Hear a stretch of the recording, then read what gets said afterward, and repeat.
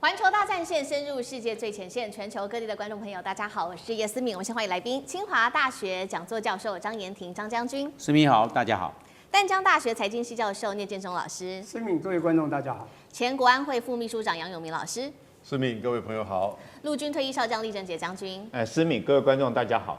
好，观众朋友，今天在这一场中美贸易战，我们要赶快来带观众朋友关心的是这一回哦，川普在贸易战中是学中国了吗？我们来关心的是他把他们的重要产业给国有化，并且呢要来拼稀土，同时间在粮食方面，他要封杀来自于中国大陆进口的这个豆油哦。习近平的部分则是早就已经布局了全球的矿战，今天要来关心这一场中美之间的镜像对决，谁输谁赢？今天节目一开始的3个火线话题，我们会请来宾来帮我们做解答。首先第一条，美国现在是在反中没有错，但是却学中国，在产业的制度上，川普说了喊自由市场，却是把产业收归国有，也设置了这些产业在购买的价格上面的最新下限，控制市场，这是国家资本主义还是选前他的政治秀呢？第二件事情是现在稀土战已经升温了，美国但是在这个状况下能够摆脱来自于大陆吗？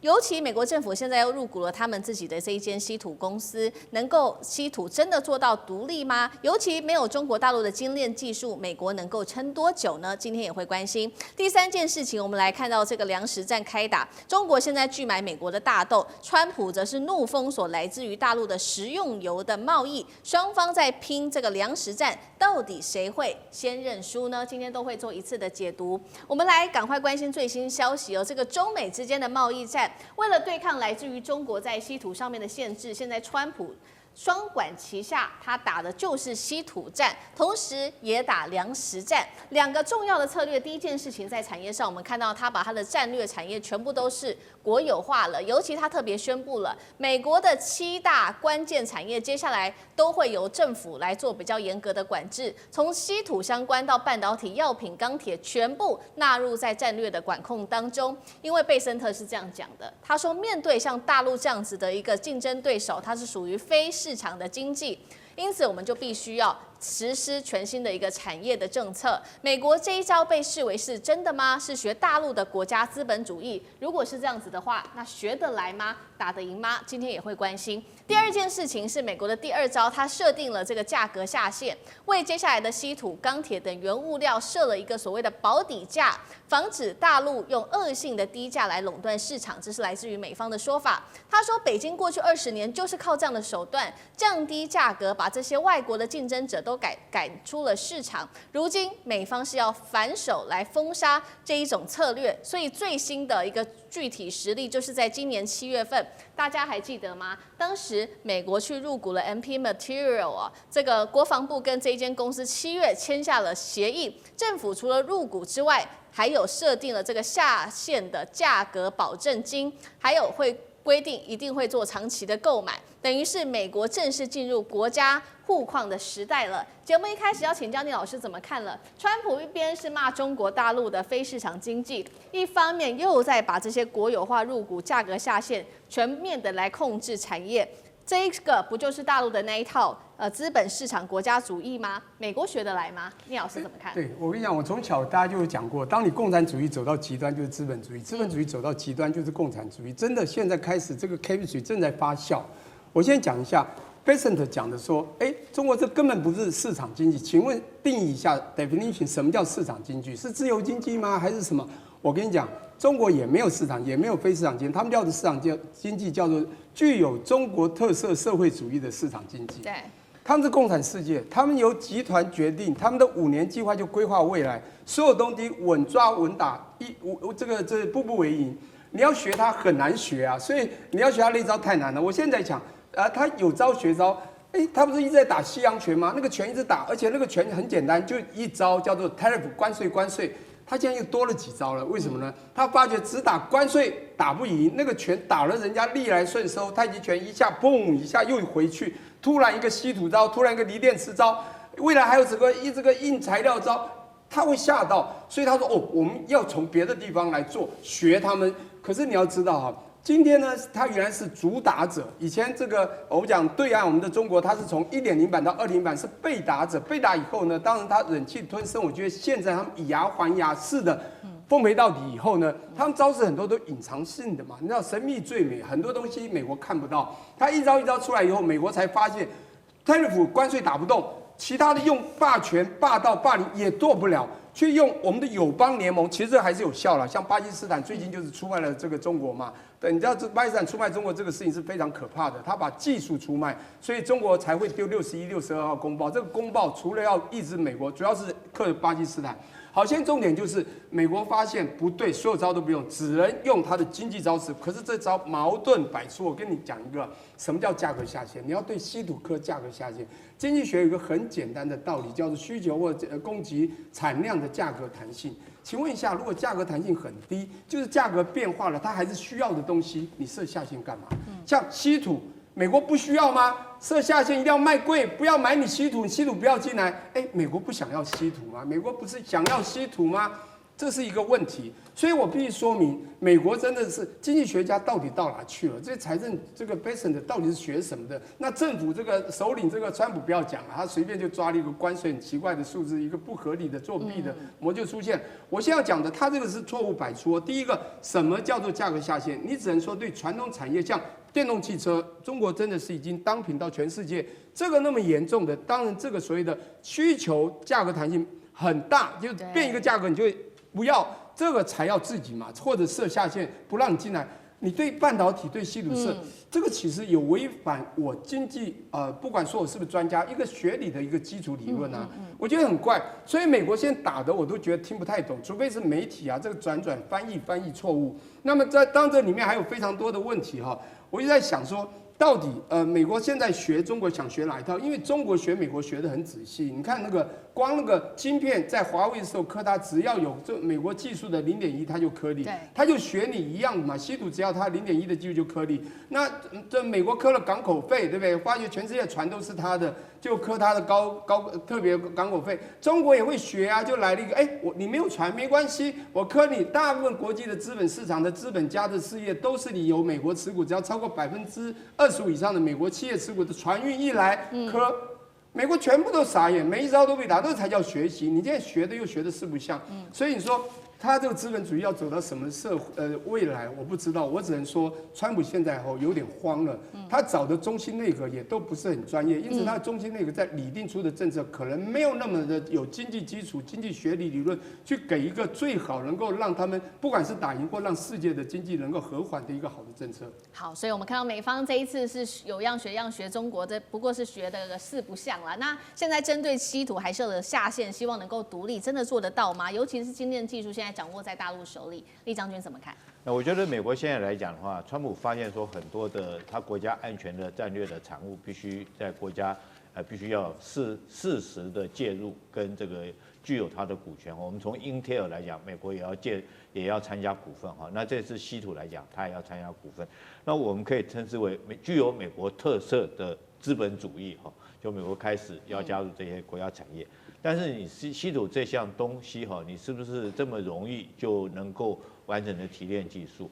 那我认为说是中国稀土的提炼是从邓小平的时候就已经开始这个研究这个稀土提炼的技术，所以那个时候邓小平讲过一句话哈，这个美国有晶片，我们有稀土，那时候他就讲过这种话。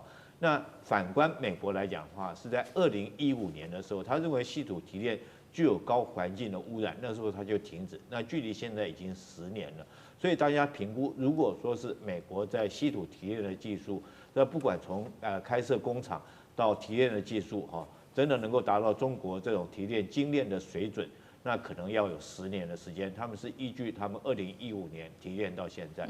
那之所以说美国将稀土设定价格下限，也就是说你要买这个稀土来讲的话，最低你要多少钱来买？我觉得这种行为在商业上面来讲的话，等于是说挥刀自宫，自己这个断了自己的生路。以后这个你要相信，这个商业上面来讲的话，当然是自由市场，一定是说这个什么地方便宜，我跟什么地方买嘛。那你美国自己设定自己的价格的一个下限，那你是不是要求自己一定要用比较高的价格来购买这个相关的稀土？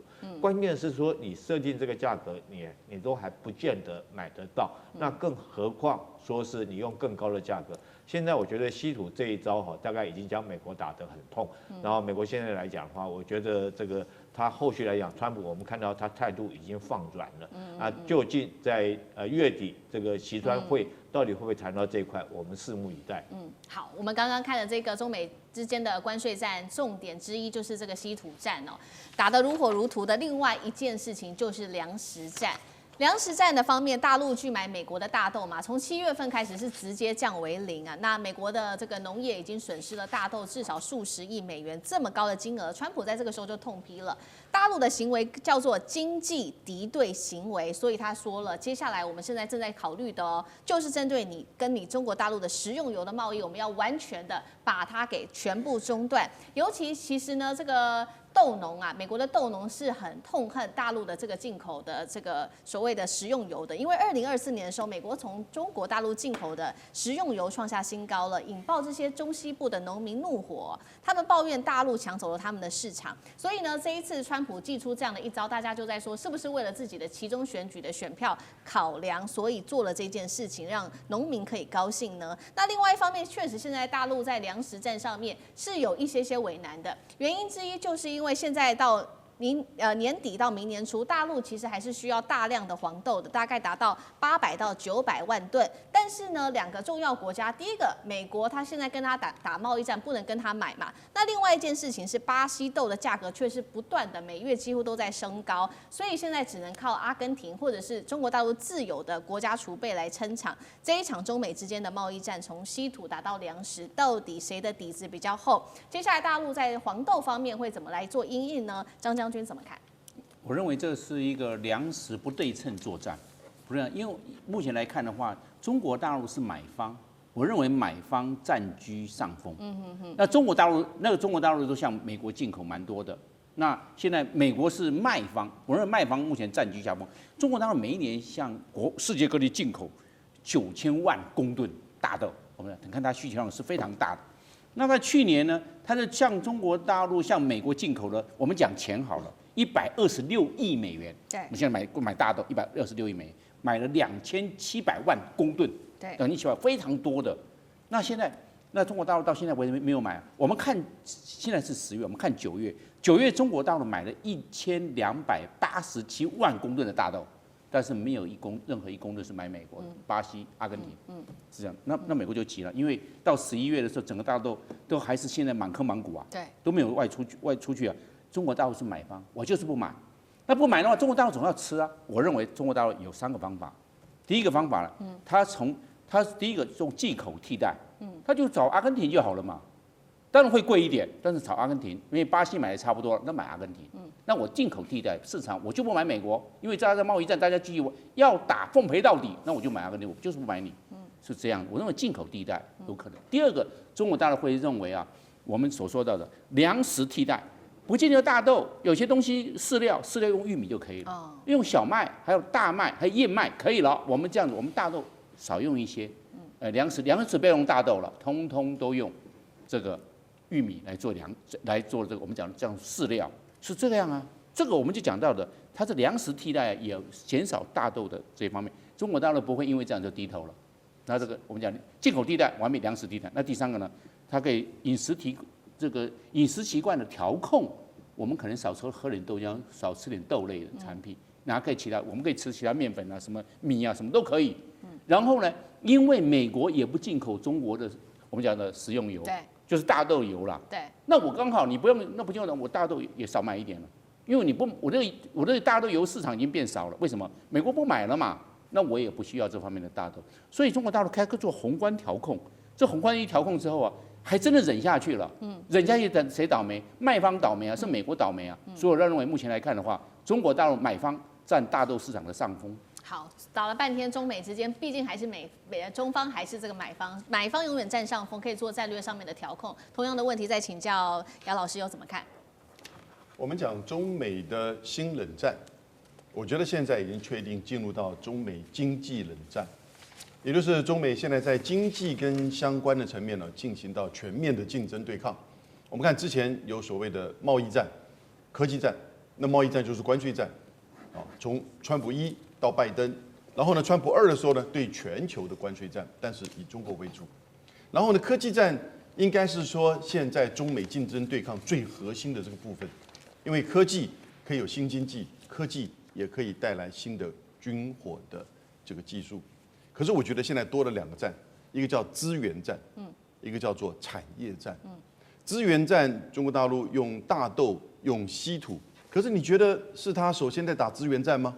美国的232条款就是在打资源战，也就是钢、铝、铁、木材、制药，那现在又扩大到我讲的第4个层面，产业战，也就是说美国讲的7项就是战略性的产业，包含 AI、半导体、稀土、能源、军工、还有这个清洁能源之类的这些领域，其实现在都已经开始在进行就是争夺。那美国现在要扩大到一些它的盟邦尤其在反制稀土这个层面。我个人觉得中国大陆在稀土这个领域它现在敢这么打，也就是因为它要反制，而且呢，它已经有底气。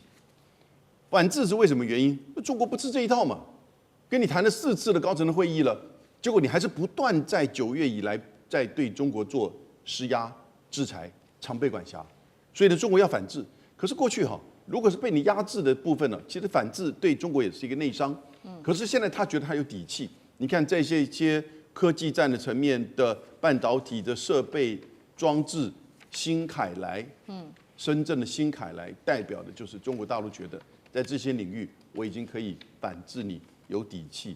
那它的稀土层面有几个优势，第一个技术优势、成本优势、时间优势、人才优势。所以最后你讲到刚才思敏提到的这个食用油，美国用食用油来反制，这是误解，是要做 used cooking oil， 那就是叫做 UCO， 那个是回收的食用废油。美国进口之后，这很大量，因为中国太喜欢用油嘛，所以大量的出口到美国做什么呢？做生质燃料，做什么呢？农业机械的这个燃油。所以美国如果不进口，那你自己受伤受损，那中国就说它有反制，它有底气。所以现在中美之间的新冷战进入到了一个经济冷战的这个新阶段我个人觉得是接下来会进入到一个危险的循环，越来越激烈。好，谢谢杨老师。那我们休息一下，马上回来。地缘政治、美中之争、战略价值、强权崛起、小国生存。现在与未来，洞悉事件走向，掌握世界脉动，全球观点尽在环球大战线。好，其实我们要来关心到的是，现在在美国的经济现在拉起警报了，次贷风暴 2.0 是否会重现当时2008年雷曼兄弟的危机呢？今天我们会一起的来做解读，这个消息绝对不是空穴来风，赶快来看怎么回事。现在在美国的境内已经发生了许多的事情，包括实际面都是银行倒闭、车贷爆款，再来就是信贷链全崩。华尔街现在说，这个大咖说呢，已经惊见了更多的蟑螂。美国经济是否面临失控了呢？等一下会请我们的专家来告诉我们。同样的，我们刚刚也看到了，包括了通膨也在狂飙现在美国人民的怒吼：咖啡买不起，牛肉吃不起。咖啡到底涨了多少？4个月来，光是星巴克就已经涨价3个月，美国人民叫苦连天呐。包括接下来还有许多的节日，不管是圣诞节、感恩节等等，美国人民如何去买这些商品呢？在最后，我们来关心的是整体的经济上面来看，会有连锁的骨牌效应，因为有了川普的关税战，还有港口费等等，都让通膨现在在全美全面的失控。赶快来看到具体的例子，这个是最新消息在经济上面的警报，次贷汽车的贷款市场现在直接亮起了红灯。美国2家地区银行的股价，包括了锡安银行跟西联银行，都爆出了崩跌2位数字的一个股价哦，百分比崩跌了2位数字。那么包括他们的商业抵押贷款也被控诈欺，一次坏账就得吞掉5000万美金。我们来看到这个是银行指数了，暴跌3.6%，这是 KBW 银行指数哦，创下半年来最大的一个跌幅。民间贪婪指数更是直接创了一个新高的数字。整个华尔街气氛其实是相当诡谲的。有人说了，这就像是当时2008年雷曼兄弟倒闭一样的那一个晚上。这个是来自于层次比较高，在银行方面。如果我们来看到实际民众遭遇了什么事情，还有包括了汽车厂商等等，我们来看到，因为在民间现在车价狂飙，还有薪水又没有涨，再加上美国的利率高哦。影响的就是民众这些低收入的族群被压到喘不过气，于是呢就爆发了这个所谓的次级车贷的危机。不管是次级车贷业者或者汽车零件供应商，在近期双都宣布了倒闭的一个危机，包括了在上个月有一间公司，它直接申请破产哦，他说他手上握有10万笔的贷款，全部一瞬间都变成了坏账，让大家都非常的紧张。这一位是华尔街的大哥哦，这个是这个摩根大通的执行长，他这样说，他说看到一只蟑螂而已，代表之后还有更多，是不是次贷风暴现在逐渐的成型了呢？现在市场的整体态度我们也来看到，因为在区域银行指数最新呢暴跌了6.3%。根据统计，现在全美74家银行是一天直接蒸发了1000亿美元，高盛也示警了，包括了美国的私募信贷加高收益债等等，规模已经高达5兆美元。如果一旦倒闭，这个会是一个重点的系统性危机。到底怎么回事？聂老师怎么看？难道次贷危机2.0要提前爆发了吗？我先讲一下哈，2022年有一个高通膨，那高利率的提升，因为2022年大家知道，2020年不是有一个很严重的所谓的我们就是我们叫做那个 shutdown， 美国股市 shutdown 4次，然后利息马上降低，后来就产生报复性通膨，然后美国急速的升息利息之后呢，造成了非常多拥有债券的银行的大跌。大家应该有印象，在2022年急速升息的时候，3月开始哦，然后到了隔年1年3月10号有个严重挤兑事件在矽谷，叫做 SV 嘛 ，Silver Valley 的 Bank， 矽谷银行倒了。那这一倒下去，全球又跟现在一样喊一定会有次贷危就是所谓的系统风险。他们讲次贷风暴，应该讲金融海啸要发生。结果好巧不巧，才一下同时间，这是西岸，东岸又出现 Signature Bank， 就是跟比特币有关银行也倒了，大家更呼声起来了。我跟大家分析一下，当时的次贷风暴，2005到2006，到后来的金融海啸，2007、08到 Lehman Brothers 倒闭的9月15号，以及这个 Merrill Lynch 被 BOE 并去的9月10号，那时候。情况是因为贪吝，所有的投资银行开始去包装，那个真正是让次贷的人全部都去随便的胡乱放贷买房地产。这个所谓的次级房贷，我觉得你要把次级分析，次级叫 subprime， 这个是不是真的次级？有，汽车有可能，因为汽车有的就是像中途迪额，他们也会给次级的人去做贷款哈。那我不管怎么说，也就是这些为了卖车，他有可能在审慎不严格之下去贷的。但这种都属于小众，因为真正的银行其实被把关的蛮紧，尤其经过金融海啸之后。因此，如果你要告诉我次贷风暴是不是又要再产生，我觉得不太可能，系统性风险也不太可能。但是我必须说明，的确美国的这个不管是关税去打出关税产生的通膨，造成很多的人民，他以前要买日本货中国货也被课高关税，一开始很多在 Amazon 卖货的人很多就倒了。当他失业了，他这个又通膨，他生活的确会困难。不过要维持信用的人还是一大堆，不是次贷的人。如果今天都是次贷人在银行，就会产生这样的系统风险。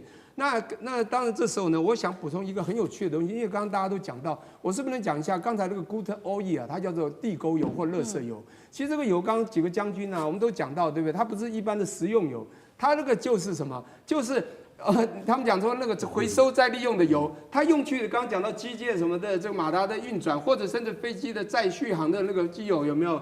那我相信几位将军都清楚，我的意思是说这是低成本的油。那美国真的怪，他自己自埋炸弹，他这个人家不买你大豆，你就不买人家地沟，那个是你需要的，又是刚刚讲的那个叫做 demand， 就是我讲这个 demand electricity price electricity 比较低的，你明明就要买便宜的东西嘛，那你不是让通膨更高吗？所以这个东西啊，我只能说现在金融海啸或者次贷基本上不会有，但是以美国现在的做法，通膨用关税又打，这一次便宜东西也不买。还设价格下限，请问一下，不会通膨吗？你关税已经让鲍威尔都不敢降息了，你现在还要这样子？我告诉你，不久的将来通膨就会起来。我的意思说，中长期这不会是新闻风，是美国本土的未来，他们美国国内里面的金融的一些乱象有可能产生，倒不会是全球的系统风险。好，那张将军又怎么看？我认为那个就像这个2008的这个雷曼兄弟的这个联动债的这个风暴，我认为不会发生。但是问题在什么地方呢？问题是美国的经济状况会看坏。为什么？他要限缩，因为国家负最后的总成，负最后的责任。这些不管是现在加密货币、虚拟货币这种衍生性的商品，那么多的问题层出不穷。又私募信贷，还有这个总借贷，刚才讲了是5兆美元呢，居高不下啊！你怎么样去打消？国家在后面做保证，国家也不容许这些我们讲到的这种次贷风暴爆发。那一爆发之后一发不可收拾啊，马上进入经济衰退啊，国家可能容许吗？但是问题是，美国的压力会更大。为什么压力更大？它有3个结构性因素。第一个，美国自己的国债就有37兆美元国债，扛在身上啊，这个包袱甩不掉的。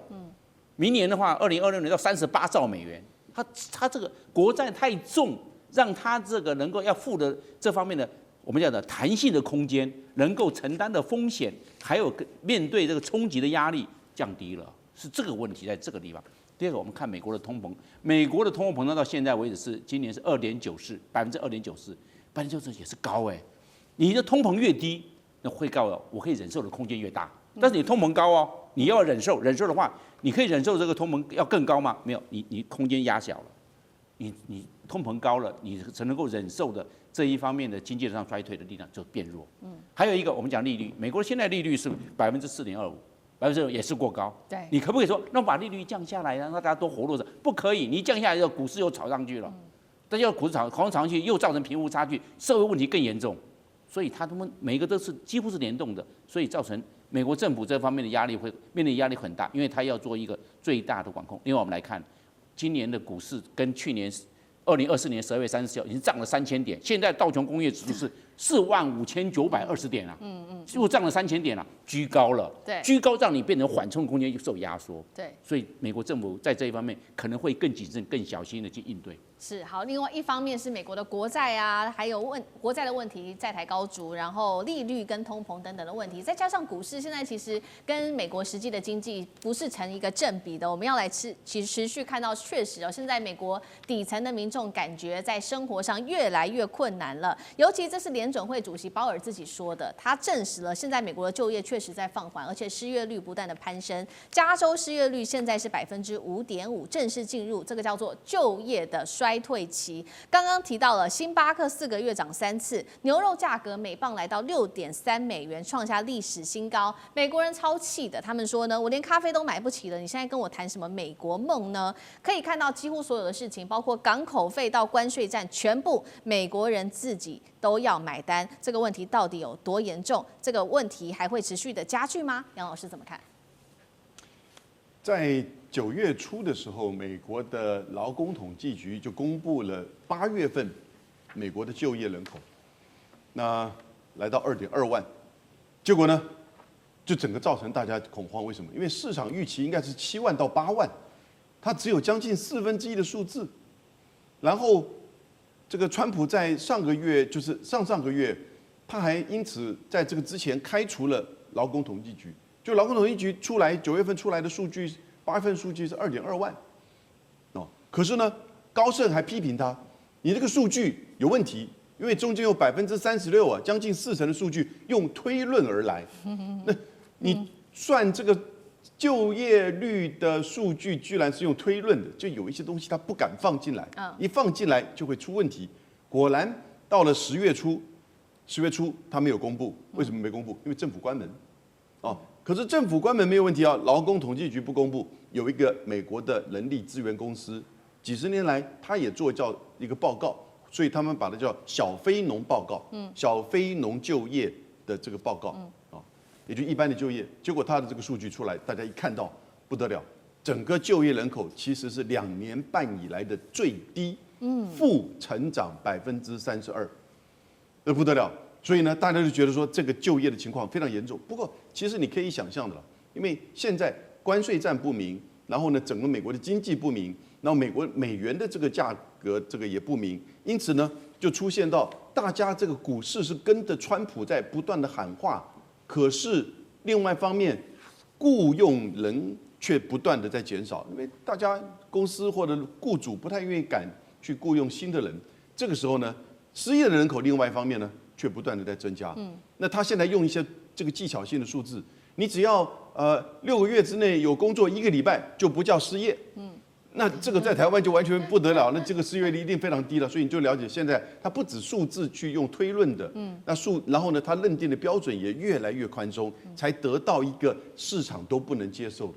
我讲这一段就让各位了解，美国现在的就业情况非常严重，那当然就影响到整个它的这个经济。讲一些其他都假，就越来越清楚的数据越来越明确了。对，这是民众实体的经历的事情哦。厉将军又怎么看？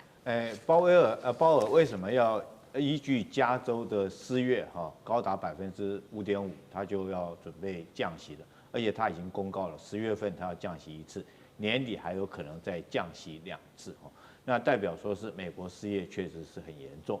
那主要是从加州跟纽约这2个州的表现，我们就看出来。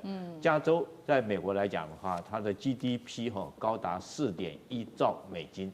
如果将它抽离美国，单独跟全世界来比较的话，它等于全球是第4大的一个经济体。是。那纽约州是第11大的一个经济体。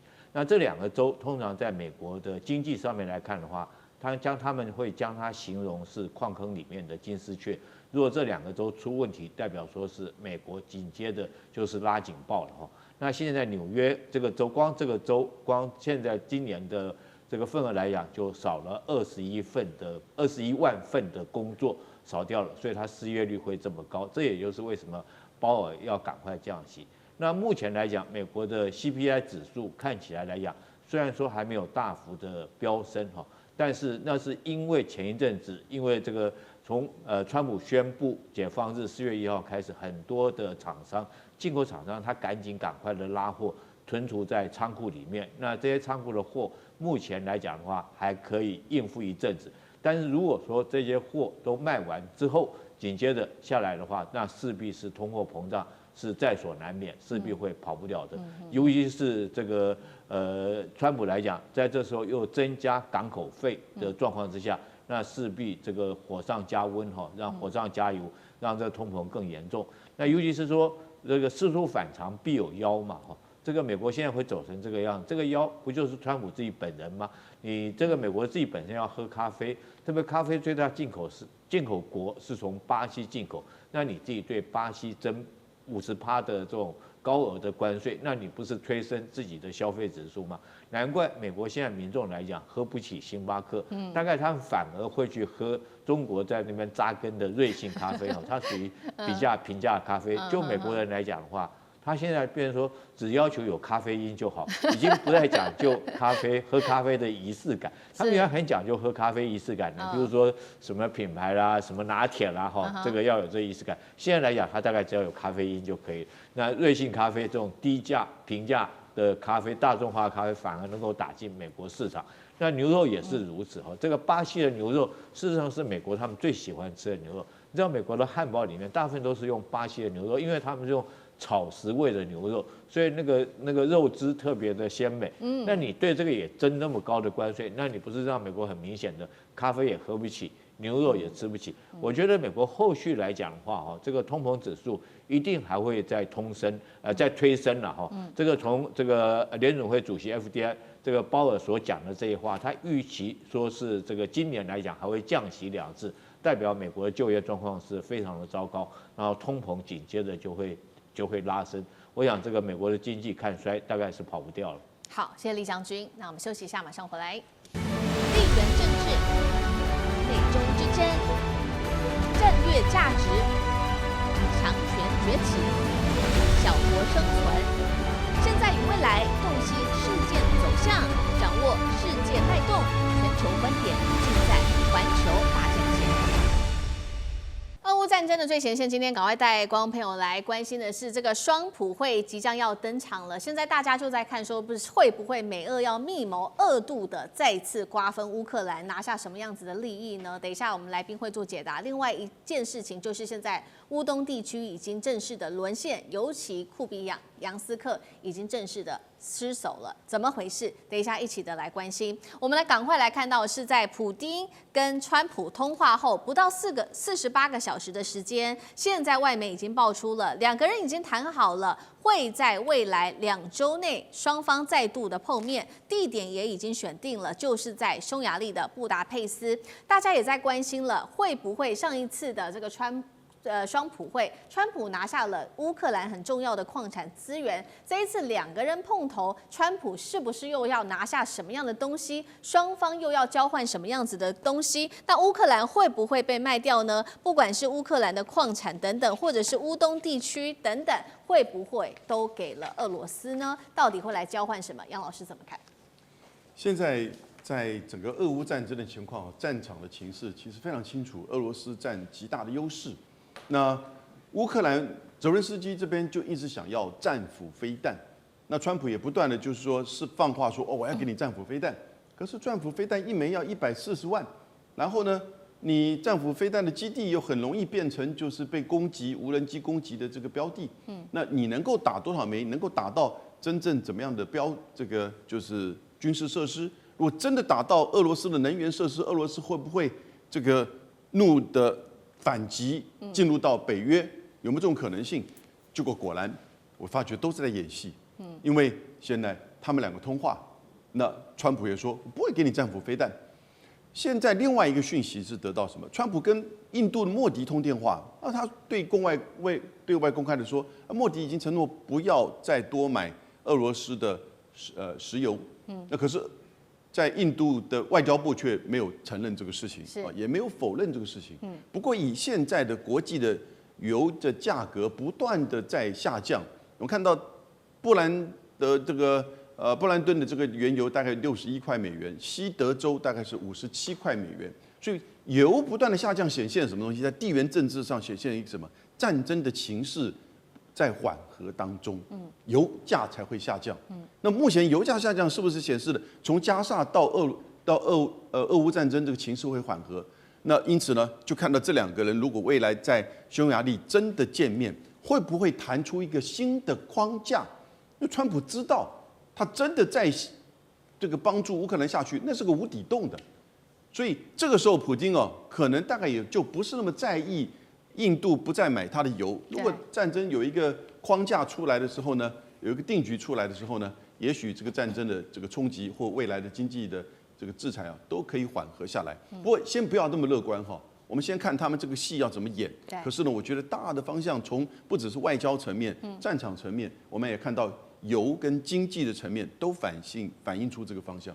好，所以我们现在看到双普会在一起，很快的2周后就会正式的来举行。在这一次，刚刚我们特别提到的战斧的飞弹，为什么在这一次会成为这个川普谈判的重要筹码？等一下也请张将军来带我们看。因为呢，现在看起来战斧飞弹它的重要性，包括它是美国最高精度的，而且是远程的射程的长巡弋飞弹，具备的是战略打击的一个重要价值。那这一次呢，其实呢，川普也坦言了，会以此作为他的谈判的筹码。他也趁机在这个时候有一点是语带威胁吗？他问了普丁说：“我送几千枚给乌克兰，你是否会介意呢？”当然了，这克里姆林宫是立刻的回击警告，他告诉美国说：“如果你敢援助乌克兰战俘的飞弹，那么会破坏和平进程，会导致这一次的局势持续的升温。”张将军怎么看？到底这个飞弹有多致命？川普为什么把它当做一个重要筹码？我认为这个要打这个战斧巡弋飞弹这个牌，我认为效果还是有限，有效果，但是还是有限。因为战斧，大家为什么很重视战斧？因为战斧它有3个特色：精准度很高 ，GPS 跟惯性导航双重定位，所以打哪个目标几乎就可以命中。它就是这个精度非常高。这个我们讲到的圆周弹道误差很小，就是可以命中目标的意思。第2个，它的射程也蛮长的。最老批号都800公里，那现在新的已经到第5代，打2000公里，2000公里那可以打到俄罗斯里面的很深，可以做一个纵深打击。第3个就是我们讲到的，它有抗干扰能力。你要去干扰它还不好干扰，它抗干扰电战能力也蛮强的。换句话说，你要把它干扰掉，没那么简单，你可能就硬杀。想软杀战斧巡弋飞弹，困难度高，你只能硬杀。那硬杀它又掠地飞行啊，你怎么去硬杀？也蛮难解的。所以大家对战斧蛮重视哦，原来是这个样子。它现在到第5批号的话，一枚将近200万美金，就是6000万台币一枚。你看看这个打仗就是要钱嘛。那为什么说效果有限呢？因为这个我认为跟 F16 给乌克兰有改变战局吗？没有。或者幻象2000也给乌克兰，乌克兰拿飞的幻象2000去这个初级任务，有改变战局吗？我认为给战斧也不会改变战局。这个会招致俄罗斯3件事情，第一个。更大的报复，你这样子，你用战斧是不是？它更大的锆石也过去了，还有这些无人机通通过去，这个我们这样的这个冰雹、火箭炮大量对这个乌克兰战场在使用，或者大量的自杀无人机过去，会做更大的报复。第二个，俄罗斯会占更多的土地来报复。你现在知道了，红军城要失守了，库比扬斯克也已经失守了。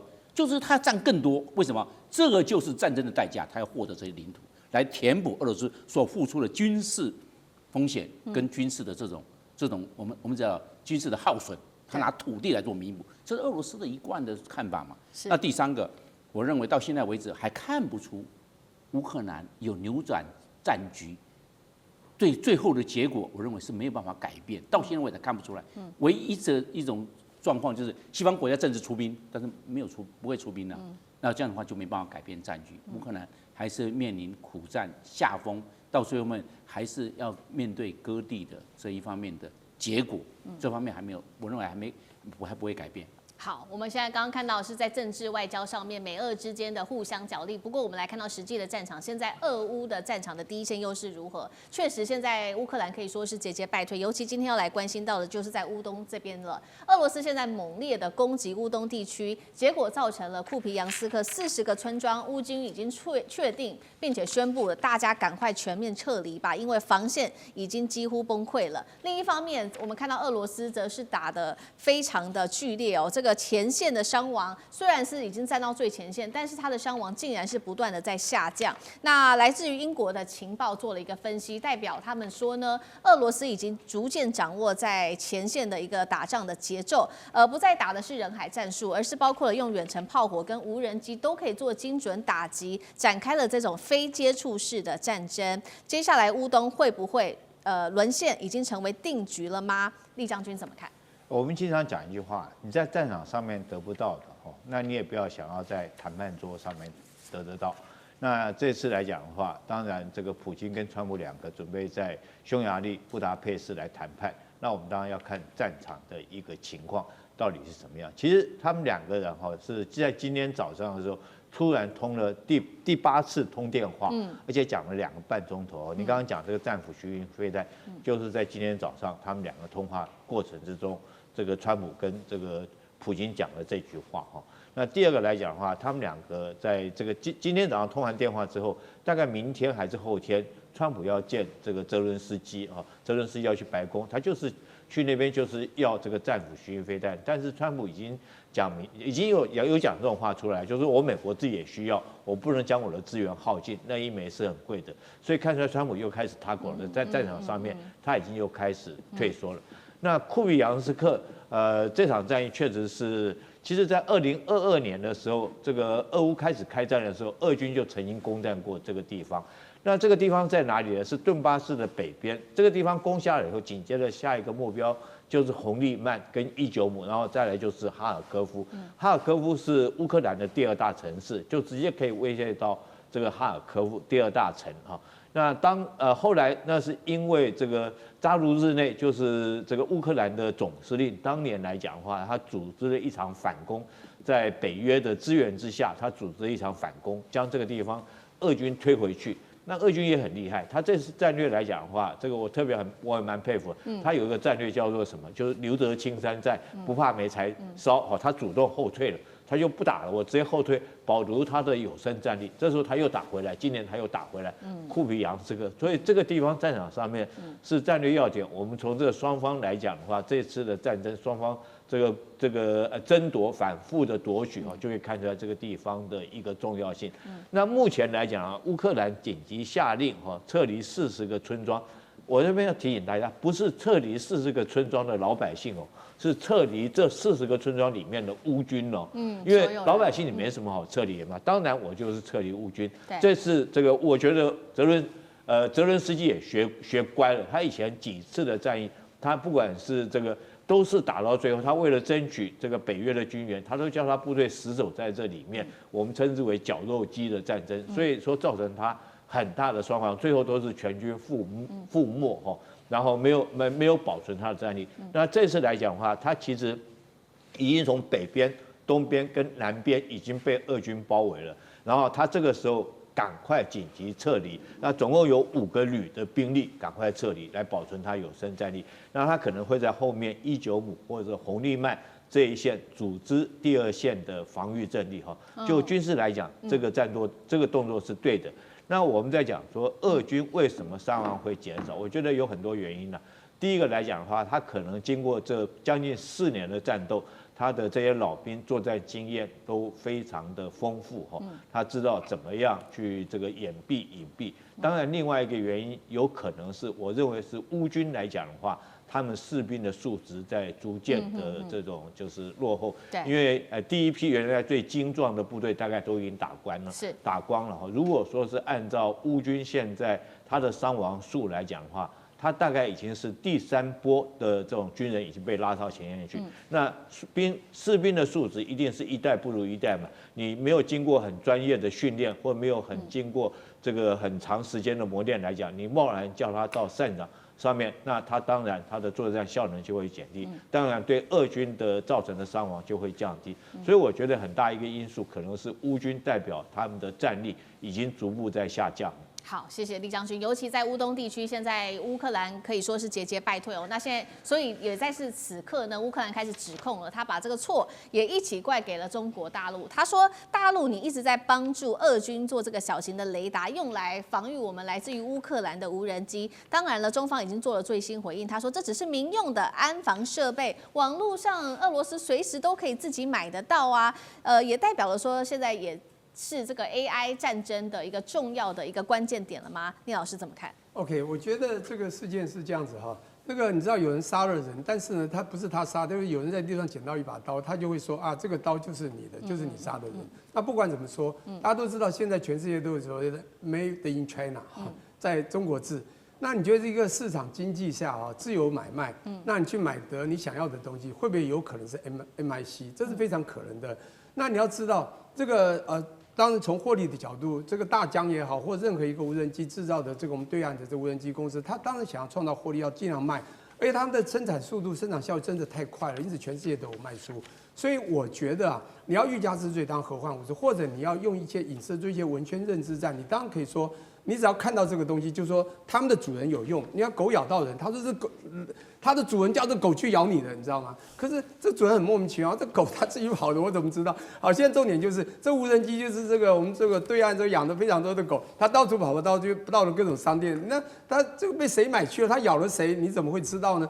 好，不管怎么说，你说这是对岸说去手死了这些无人机，然后一定要卖给这个俄国去打乌克兰嘛？我觉得这当然不属实啦。我只是讲说民用和军用是2回事。如果他真的卖了非常多军用，放了炸弹或者放了一些攻击武器，我觉得那这真的是可能有一些我们讲说真的是有一些战争的一些联合或者一些阴谋了我只能讲民用，那我觉得就不要想太多，因为现在谈的都是民用，不在攻和防之下嘛你可以看到在攻击的无人机，当然它可以做各种影像这个情收甚至资讯的传输等等的。当然这个使用的人不一定是就是做的人嘛。那比如所有人买了，他这边遥控，他就遥控导引嘛，对不对？那防空当然你也一样，从民用去买了所谓的防御系统，因为那个中国在 AI 他们的整个这个科技和配套 AI 已经做到还不错的一个水准。那它的雷达的这种探知就已经到一种可以防御的这种这个还不错的一种程度。当然这个在军事中就有人会去买这种民用的东西来做防御嘛。所以从这个角度来讲，它是可以用在军事上也可以被用到，即便是民用的，也可以发挥它的作用。但是不能因为这样子，你说啊买了谁的东西，就我刚刚那个形容，你可以理解的，就是这狗咬了，你不能说是一定是那个老板这个主人叫狗去咬的。是，谢谢聂老师。那我们休息一下，马上回来。地缘政治、内中之争、战略价值、强权崛起、小国生存，现在与未来洞悉事件走向，掌握世界脉动，全球观点尽在环球大战线。好，观众朋友，今天在军事上面的消息，我们赶快来关心，在歼10现在全球狂销百架，为什么这么的受欢迎呢？等一下，我们就军事上面一起来做比较细节的一个解读。南亚的天空现在确实再度画出了来自于大陆战机的一个身影。尤其大家还记得吗？今年5月份当时的印巴空战因为巴基斯坦的空军它靠着大陆的歼10C 成功击落了印度的战机之外，还包括了法国的标风，让歼10C 现在是一战成名了。所以呢，大陆的这个歼10C 就开始不断的外销。我们来看到最新消息，已经印尼的方面呢确定要下单了，买的是42架的歼10C，那成为第4个在全球引进歼10C的国家。埃及现在也传出要来做购买，但是我们来看到这个前4名购买歼10C最多的国家，首先第1名就是巴基斯坦72架，乌兹别克24架，那么孟加拉12架，跟印尼的42架。印尼之所以我们今天拿出来特别解读，就是因为它是首次的采购来自于非西方的主力战机，也象征大陆正式的打破来自美欧在东南亚的军武上面的封锁。到底为什么大陆的歼10C能够受到这么多国家的注意？先进战机现在已经追上欧美的国家，还是因为它的 CP 值真的比较高？张将军怎么看？我认为这个歼10C，因为它有3大优势，还会抢得这个东南亚的市场，将来可能还会抢到这个中东地区，甚至北非，甚至可以推到南美洲这个市场。那哪3个有？第一个，我认为价格优势，它现在的价格大概6000万美元到8000万美元一架，你看你相当的配备。这个你要用哪样子的相位阵列雷达，发动机你要不要多%多少的备份等等相关的，要不要这些行价测单，要不要买？这个决定它的价格。大概一架，如果是专任阳春，大概是6000万美元。那其他的你要加相关配备是8000万美元。但是跟西方国家不管标风战机或 F16来看，便宜多了。你 F16一架就是1亿美元，你一看就知道就是贵了。那标风战机一架1亿5000万美元，你要不要？因为它是第4.5代了，所以相关来看它有价格优势。第二个，它有这个实战的优势，因为实战就验证了，在5月7号，今年5月7号印巴空战，它就验证出来。这个你看看它打得好不好？打得可以吧？你可以把4.5代战机的标风战机干掉，行不行？人家可能就这个就是一个活生生的、很铁证的一个例子。那有实战的优势，大家就会来做采购。这歼10C的现在要卖到印尼去了，可能是东南亚国家第1个拿到，那可能就是印尼。那第3个优势在哪里？第3个优势就是人体工学跟座舱资源管理的优势。为什么？因为中国大陆最红牌的81飞行表演队就是用歼10C，它在2009年到2023年用的是歼10A，到2023年前年开始换歼10C。为什么一直用歼10系列呢？因为它稳定。你要做这个特技飞行各种总共有18到36套这种空中这个立体的科目，那你用歼10C表示你要稳定了，你不稳定，你要做这种编队特技飞行是很困难的，因为它是整个8飞行表内有多少架歼10C？11架。这11架最的平常编队是11架在编队那这个大编队咱们在空中做立体科目的拉伸你的稳定度还有安全度要非常稳定才可以不然在空中撞在一起还得了？而且它的距离那么近，又不是平面飞行，是立体飞行所以看那它的表示它稳定度可靠都很好。然后另外一个很容易来飞行训练，你很容易飞行训练，大家很容易进入状况，不会说太高难度太高，系统好复杂，没有做一个很好的整合，然后我这样来训练就没办法发挥飞机的性能。它有这方面的优势，就是它的人体工学跟座舱资源管理，它已经考虑到面面俱到了，才会让它的安全系数做提高，然后这样做外销，别人买家也会看它会做很多的这种机型的比较，不管是价格、性能各方面，还有安全性，都会做考量。可能那就是印尼也就要下单了。那印尼下单，在地缘战略上会做一个突破点。那其他的东南亚国家会不会看到？因为印尼也买歼17，其他国家也会不会请而就是效尤来也下订单呢？我认为不无这样的可能哦。因为有地缘之力。那既然印尼释出了，那美国的态度也可以看得出来，美国态度是如何，其他国家也会来这边学。那换句话说，歼17的这个市场，我看还不止于印尼，可能还有扩张效益。好，所以我们看到这一次印尼的购买歼10C，刚刚张将军帮我们就这个战力，这个歼10C具体的战力来做一个比较细节的分析。那政治上面做一个政治上面的分析，尤其在地缘政治下，接下来也代表说大陆跟东南亚的国家的关系发展越来越好吗？那也代表说东南亚正式的突破来自于这个美欧国家的封锁吗？等一下我们也会请杨老师来特别帮我们做解读。先来看到几个重要人物的说话，尤其是在印尼确定要买歼10C之后，印尼的国防部长就说了，很快的呢，我们就可以看到雅加达的上空就会有歼10C在做飞行了。前环球时报的总编辑也认为说，印尼终于走出了一个自主独立的一个重要示范，这是发展中国家来说非常重大的一步。那尤其呢，包括了美媒的专家也说了，这是美国最不愿意看到的一个现象，代表东南亚弃美潮正式开启。杨老师怎么看？印尼其实在去年2024年11月的珠海航空展的时候，他的国防部长就已经是对歼10C表示高度的兴趣，因为印尼到目前为止正处于要更替他过去长久使用的 F-16，还有苏30。那可是在此之前，他已经确定下单买了法国的标风，还有呢这个土耳其的可汗。那可汗事实上根本还没有飞这个测试过，他就买单了。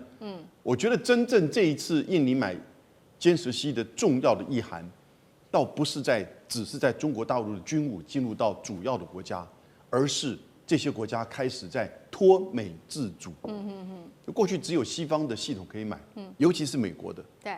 可是美国，你看看在整个加沙战争，尤其是让以色列去打这个卡达，那使得整个中东地区事实上是非常的紧张。那所有的穆斯林在这个过程当中对美国保持距离。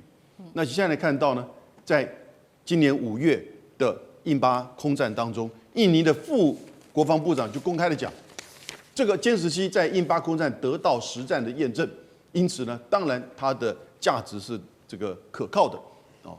当然，印度很生气这个话，可是这是事实啊。所以真正的重点其实是在这一个转机，尤其是川普现在对全球的关税战以及它的战略收缩，战略收缩是很重要，因为它整个开始以国土防卫、本土防卫为主，而不再是在全球750个军事基地里面做全面性的安全承诺。所以各国当然要转换它的整个武器系统，因为这个武器系统不只是军武，它也是后勤、补给、训练、人力、设施全套，甚至将来跟中国有可能发展战略合作、共同演习这些东西出来。所以他前面特地还去买了法国跟土耳其，我觉得土耳其根本是赚到。他目标其实就是要买这个歼10C，可是呢，真正的目的不是要去靠向中国，而是要寻求一个脱美自主。因为中国并不要求别的国家说你不可以用美国的系统，你要用中国的系统。所以我觉得这个真正的战略的意涵是多重的。好，东南亚国家这一次终于在买了中国大陆的歼10C，展现了脱美自主化的一个决心。接下来就看着其他的东协国家会不会也做类似的事情哦。那其实我们也来看到，现在呢，突然间有一个最新的数字哦，是来自于世界现代军机名录的一个最新排名。这个排名蛮有趣的，等一下请聂老师来带我们看。因为呢，这边正式宣布说，印度啊在空军上正式超越了大陆，成为全球第3大空军强权。那现在做了一个排名，第1名是美国，再来俄罗斯，接着印度则是才是中国。大家也在看说，到底为什么印度会超越中国呢？那这一篇报道也特别做了分析，说印度的空军进步的不只是它的数量而已，还有它的精准的打击能力，跟它的指挥、调度、协调、战略范围等等，已经从防御性的空军正式转向了区域制空主导者。真的是这样吗？聂老师怎么看？这个东西我看了以后呢，当然会有点质疑，但是你也不要说忽略它这个报道。我先讲一下这个报道是从新闻周刊嘛 Newsweek 出来的，他用了一个公式叫 TVR 这个 rate， 他就比较用一些 criteria 丢进去算出它的分数。全世界当然怎么算都是美国最强了，他从数量从各种他们自己这个不管他们先入为主想象的一些他们认为的攻防的一些精准的一些这个分数都算很高，是242分，这样243，印度是61分69分，而中国只有58分。所以呢，连那个海上的那个空地都算进去的话，前2名都是美国。如果只算空军的话，那如果全算的话，印度第6中国第7。如果只算空军，当然就是苏2嘛，然后再就是印中。但现在印中为什么追上呢？那答案就是刚刚讲，除了数量之外，那数量之外，这数量怎么来的？大家都知道，印度他自己没有在生，他很想要自主制造。所以呢，他有去向那个俄国去做苏凯57，希望他帮他，而且苏凯卖的比较便宜，还协助他制造。这就是川普除了他买苏俄人员不爽，还买苏俄飞机不爽的很多原因。但美国也有卖这个印度飞机，所以他也向了法国买，所以他买的飞机是世界各国买，所以他配套真的各国的种类都有，各种军备都有。可是相反的，中国是大部分都是自己制造。你接就是中国所出现的，不管接10、接15、接16，甚至未来的这个神飞接这个26接36神飞接这个接50，这个他们自己制造。这个时候呢，我觉得对岸的所有的战机，他们是刚刚讲到的实战出去接10，它也不过一个世代战，却能够这么的能够把标风打掉。我觉得是你有没有真的出去打仗，或者是你真正里面的配套的真正的精髓有没有被这个所谓的 Newsweek 去抓到的原因？所以我在想，因为它里面分析我稍看一下，他说。印度除了这个数量多以外，1716架之外，它的后勤还有现代化的攻防力都很强。那中国输在哪？训练不够好。那当然训练这个是看人看，再来就是近距离的支援能力，它尤其讲这空接的支援能力就差很多，还有轰炸机部队不够。好，那当然就扣了很多分。不过我讲所有东西分数真的不能表示一切，那我们就看看就好了。或许另外一家报道就会报道又不一样，我们只能说 Newsweek 也是这样报道，就不要信以为真，就看看就好了。就像学校考试今天出了一种题目，有一个人就考了第1名，另外考第2名，你真的出去之后，这第2名的真的就比第1名的这个实力差，这不一定的。但是我必须说明，这个印度是非常的虎视眈眈，一直想要提升它军事实力，也想国防自主，这是绝对的。可是真的，中国已经做到国防自主，也就是中国呢是一种潜龙在海中，它的龙身也很长，它随时会跳跃更高。等到它一展现的时候，就会有一种秀妈手的感觉。我觉得那个时候再去报道会比较真实一点。好，多个国家都在秀这个国防自主。那另外一方面，我们今天还要讨论的就是南韩。南韩则是祭出了它的最新的飞弹在年底前呢，它宣布呢这个玄武5的飞弹，号称南韩版的东风26正式的部署了。这款飞弹的基本资料，带观众朋友也稍微看一下：长16公尺，重量36吨，弹头8吨，射程最多5500公里，可以摧毁包括了北韩的地下设施。如果换轻的弹头，可以将整个大陆都在射程范围之内。南韩防长是这样说的，他说15枚齐射威力是可以比较核武等级的，被称为是怪物飞弹。那现在比较敏感的事情是，包括了被大陆刚制裁的这间韩华集团，竟然传出得卖菲律宾这个反舰飞弹，厉将军怎么看？我们看一下这个照片它总共有这个18个轮子，代表这个飞弹的重量是很重的，所以它的弹头重达8吨这个你知道8吨我们以这个美国 GBU-57就是上次 B-2 轰炸机去轰炸伊朗的钻地弹来讲的话，它的重量是13吨但是由轰炸机高空投弹跟这个从太空重返的话，那重力加速度，我觉得它的效率来讲，绝对不会差这个 GBU-57太多。在这个 GBU-57可以打穿这个60公尺厚的一个钢筋水泥，所以我觉得这款导弹也应该可以达到这种效果。